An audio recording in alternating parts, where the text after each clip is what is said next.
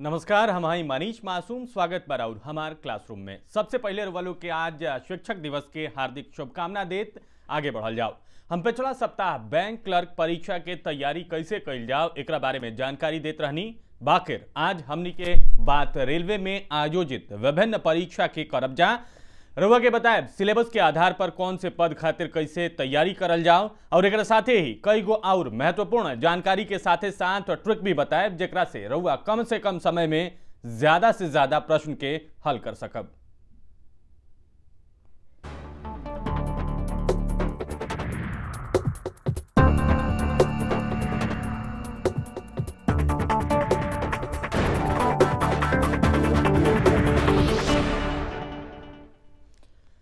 तो सबसे पहले रउआ के मिलवा दी आज के गुरु लोग से जे कि राउर एक एक प्रश्न के सवाल के जवाब दी और राउर समस्या के सुलझाई। हमनी के संग अभी बानी तारा इंस्टीट्यूट के डायरेक्टर सत्येंद्र कुमार जी और साथे साथे झा साहब बानी। ई दोनों आदमी रउआ के राउर जौन समस्या बा ओकर सोल्यूशन यहाँ से करी। रउआ लोग बेहिचक फोन कर सकेनी। जौन भी समस्या बा ओकरा खातिर नंबर रउआ लोग के टीवी स्क्रीन पर फ्लैश हो रहा बा। रेलवे में यदि करियर बनावे के सपना बा तो यकीन मानी एह बेर इस सपना के सच कर दिखावे के बा। तो रेलवे भर्ती बोर्ड द्वारा कौन कौन पद के भर्ती होला, रेलवे के जॉब कहाँ होखेला और रेलवे के परीक्षा के तैयारी कैसे कइल जाला, आई देखल जाओ।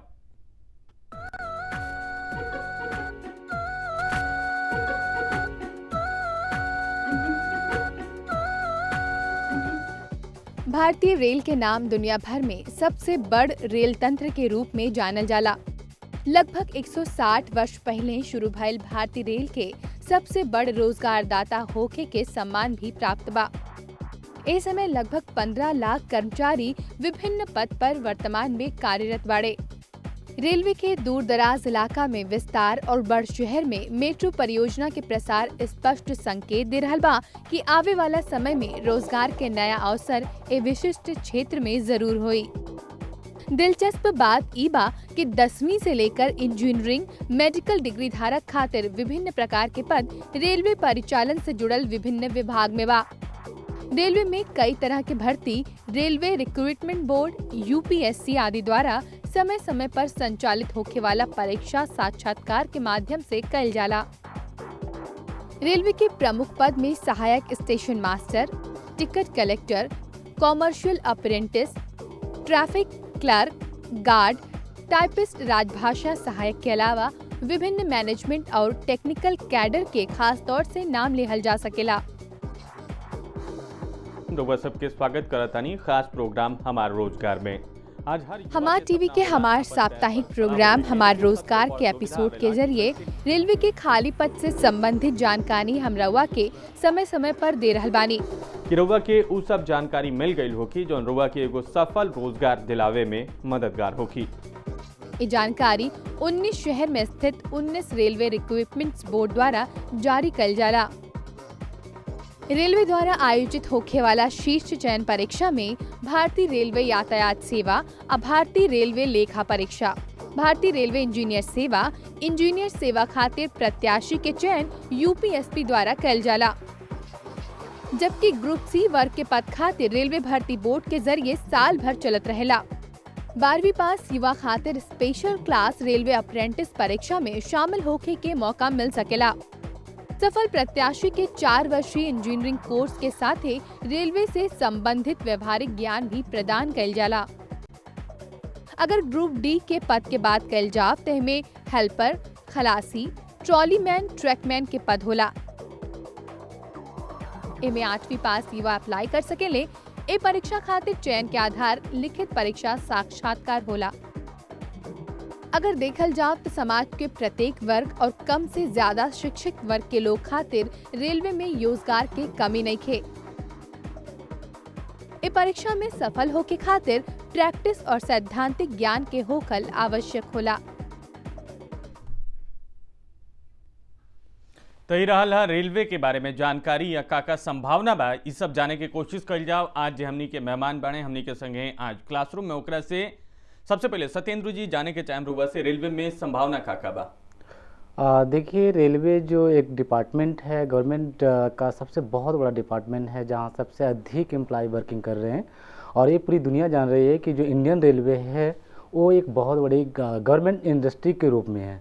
इस स्थिति में जब इंडस्ट्री के रूप में है तो एम्प्लॉय की भी ज़रूरत होती है, और जो गवर्नमेंट हैं इंडिया के, उन्होंने ऑलरेडी अनाउंस कर दिया है कि हमारे देश में जितने भी सिटी हैं वो सभी सिटी को एक रेलवे प्लेटफॉर्म से जोड़ दी जाएगी। जब रेलवे प्लेटफॉर्म से जोड़ेगी तो वहाँ पे एम्प्लॉय की ज़रूरत पड़ेगा। इस स्थिति में देखते हुए, गवर्नमेंट के स्टेटमेंट को देखते हुए, मुझे ऐसा लगता है कि बहुत ज़्यादा संभावना है। रेलवे में बहुत ज़्यादा संभावना बा। तमाम तरीका के में जौन प्रश्न होई कैसे रेलवे में रउआ अपन करियर बना सकेनी, एके भी हमनी के जानकारी लेहल जाई। रउआ तैयारी अगर कर रहल बानी रेलवे के परीक्षा के, कोनो दिक्कत आवता तो रउआ सवाल हमनी से कर सकेनी। ये कुल जाने खातिर हमनी के बातचीत करे खातिर दू गो मेहमान हमनी के संगे बानी, सत्येंद्र जी, अमन झा जी। अमन झा जी, रेलवे के परीक्षा तो सेंट्रल लेवल पे होखेला? सेंट्रल लेवल पे ही ऑर्गेनाइज की जाती है जनरली। जो उसमें अलग अलग है, जैसे टीसीसीसी के लिए जो है अलग अलग जोन जो है पहले अलग अलग टाइप से फॉर्म निकलती थी और वैकेंसीज अपनी देती थी, लेकिन पहली बार जो है सारे बोर्ड्स को एक साथ कंबाइन कर दिया गया है और उनका फॉर्म एक साथ लिया जाता है। हर एक जोन जो है एक साथ एग्जाम लेती है जी। अच्छा, एमे जोनल इशू के बात आवता तो हम ये जाने के चाहें कि मान ली तमाम जोन बा रेलवे के, तो एक जोन के अगर परीक्षार्थी बा या अभ्यर्थी बा वो दूसरा जोन में जाके परीक्षा दे सकेला?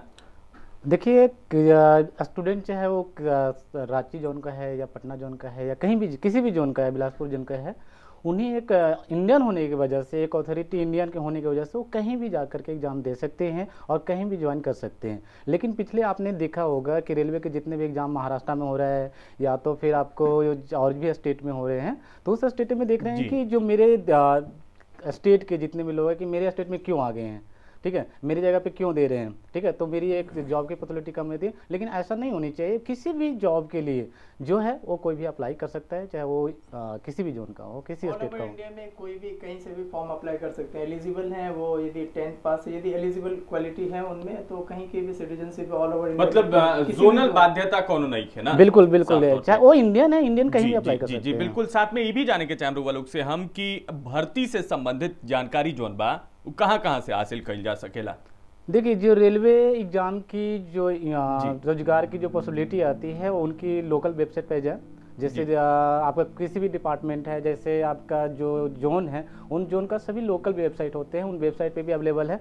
साथ ही साथ वीकली जो एम्प्लॉयमेंट न्यूज आता है उस एम्प्लॉयमेंट न्यूज को कंटिन्यू वो देखते रहें। इससे क्या होगा कि उनकी जो रोजगार आ रहे हैं, जो वैकेंसी आ रहे हैं, वो प्रॉपर ढंग से उनकी जानकारी मिलती रहेगी। और एक चीज़ और मैं यहाँ जोड़ना चाहूँगा कि जितने भी मंथली मैगजीन्स आते हैं, जैसे प्रतियोगिता दर्पण है या प्रतियोगिता किरण है, उसमें ऑलरेडी मेंशन होते हैं कि किस पोस्ट के लिए कितने मतलब जॉब क्राइटेरिया है और कितनी वैकेंसीज है, और वहाँ उनका लास्ट डेट, सबमिशन डेट भी सब कुछ उसमें मेंशन होते हैं। तो स्टूडेंट यदि उनको फॉलो करते हैं, हर एक मंथ यदि वो मैगजीन्स अपनाते हैं, तो उनमें भी ऑलरेडी अलग से मतलब रोजगार परक जो मैगजीन्स पत्रिका बड़ी सन ओकर अध्ययन, ओकर नियमित पाठन जरूरी बा। हाँ बिल्कुल। अगर आप करंट जानना चाहते हैं कि कल वैकेंसी क्या आया है, मैगजीन चूंकि 1 महीने लेट से निकलती है, तो उस स्थिति में जो एम्प्लॉयमेंट होगा वो 1 महीने के बाद मिलेगी या 15 दिन के बाद मिलेगी। अगर वो करंट जानना चाहते हैं तो वो वेबसाइट पे जाएं या तो एम्प्लॉयमेंट न्यूज देखें, एम्प्लॉयमेंट न्यूज की वजह से उनको करंट मिल जाएगी। जैसे अभी अब रेलवे अप्रेंटिस के आई हुई है, तो अभी अगर वो करंट देखते हैं तो उनको ये एम्प्लॉयमेंट मिल जाएगी।